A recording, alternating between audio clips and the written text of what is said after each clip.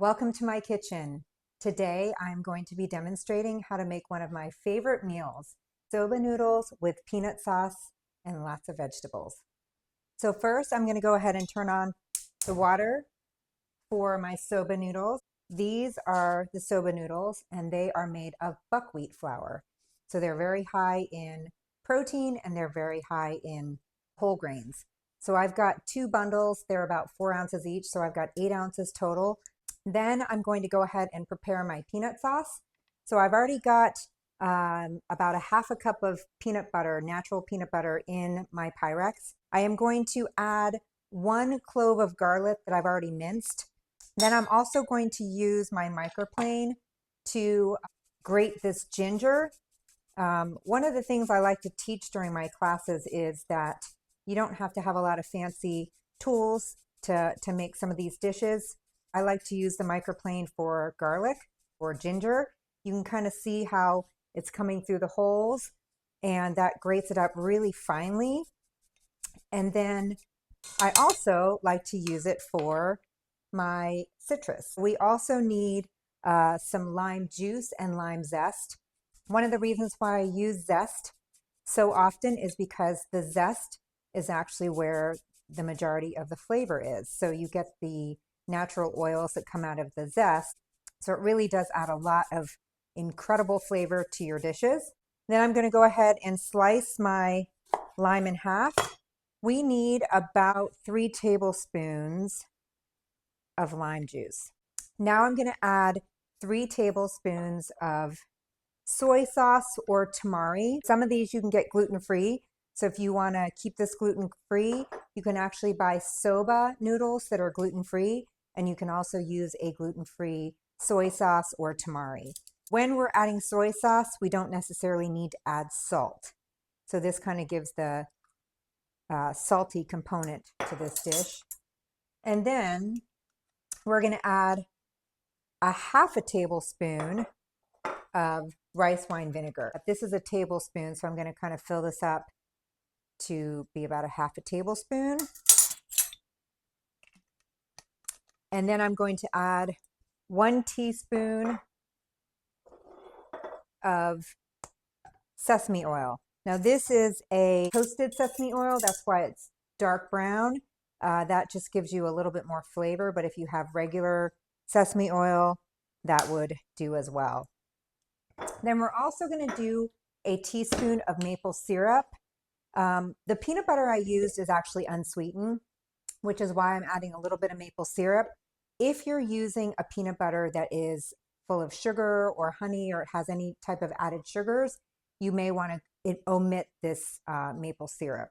And then last, for the sauce, I'm going to go ahead and add a little bit of sriracha.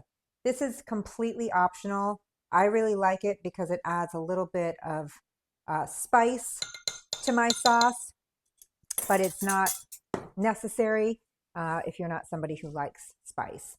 Then I'm going to take a whisk and I'm going to gently whisk this together. And it seems like in the beginning it's not going to come together, but it will. Once this gets whisked together, you will want to check the consistency. You want this consistency to be somewhat of a sauce versus a paste. And you can see it's pretty darn thick. So I have some water, and I recommend you add this a tablespoon at a time, because once you add it in, you can't go back and take it out. So I've added about a tablespoon, give it a good whisk. And again, it's starting to come together, but still too thick. You want this to be able to be thin enough that it coats the noodles and all of these vegetables. So while I'm whisking this up, I wanted to just make a comment about this dish. So one of the reasons why I love this is because it is completely plant-based, but it has an incredible amount of protein. So you get protein from the edamame and you get protein from this peanut butter. And then of course it's got all these beautiful vegetables. So now, voila, you've got a sauce. And I'm going to go ahead and set this aside.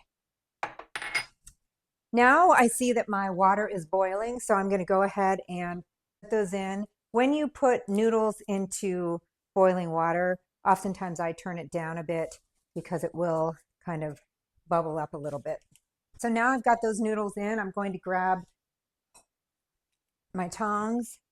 You definitely want to get those noodles down into your pot so that they are submerged completely in your water. And once you get them submerged, you can kind of turn up your heat again.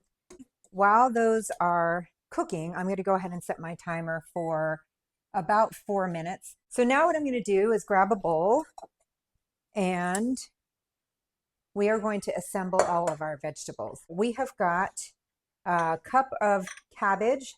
I'm going to drop that right into my bowl.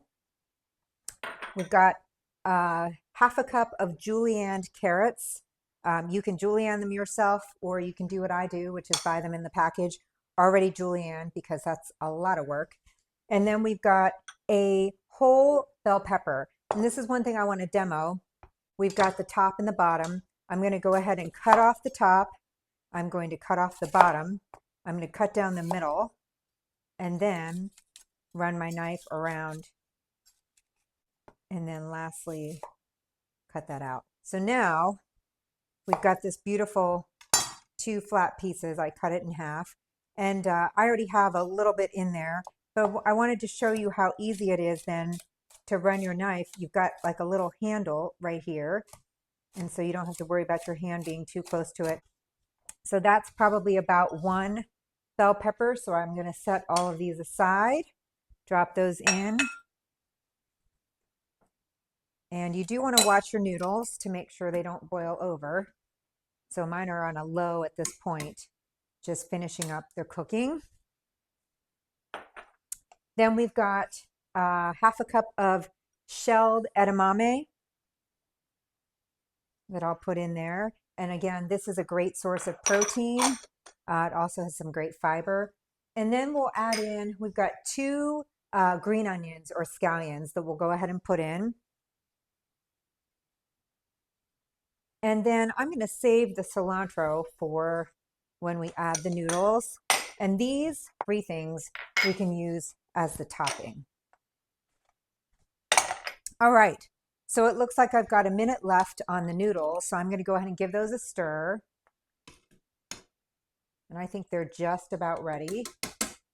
And I'm just going to also give you a close-up of what this looks like. Look at how beautiful, all these colors. This truly is the rainbow.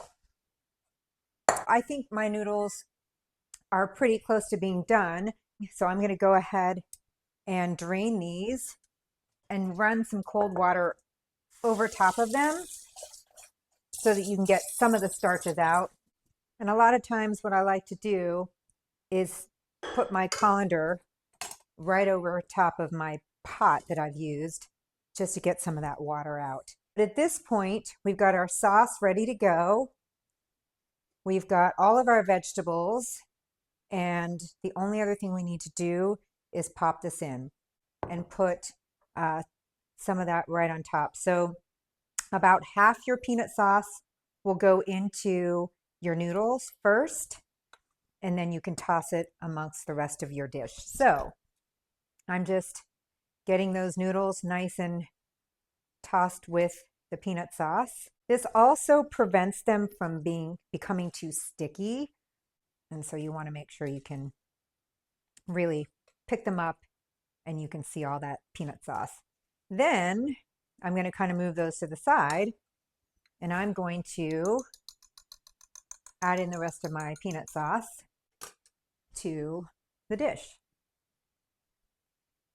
And I'm using a spatula so I can get every last bit of this out, because this is really what flavors the dish. Then carefully use tongs to get it all mixed in with your vegetables, with your noodles. And this takes a little bit of work, but I promise you, this is a incredibly delicious meal. One thing I like to do is make this for dinner, and maybe you can add, if you want some extra protein, you could add some shrimp to the side or on top. You could add chicken. And just to give you an idea, one serving of this gives you about 13 grams of protein. All right, to finish this dish, we are going to add our beautiful toppings. So again, this is kind of a close-up of what the dish looks like. And then I'm gonna go ahead and sprinkle in my cilantro. Then I've got some chopped peanuts. I really think this gives it a lot because of the crunch. And then we've got some toasted sesame seeds and some black sesame seeds. And there you have it. Soba noodles with peanut sauce and tons of vegetables. Thank you so much for joining me today for my presentation and for my cooking demo. I hope that some of the information I shared with you has inspired you to eat healthfully and live your best life.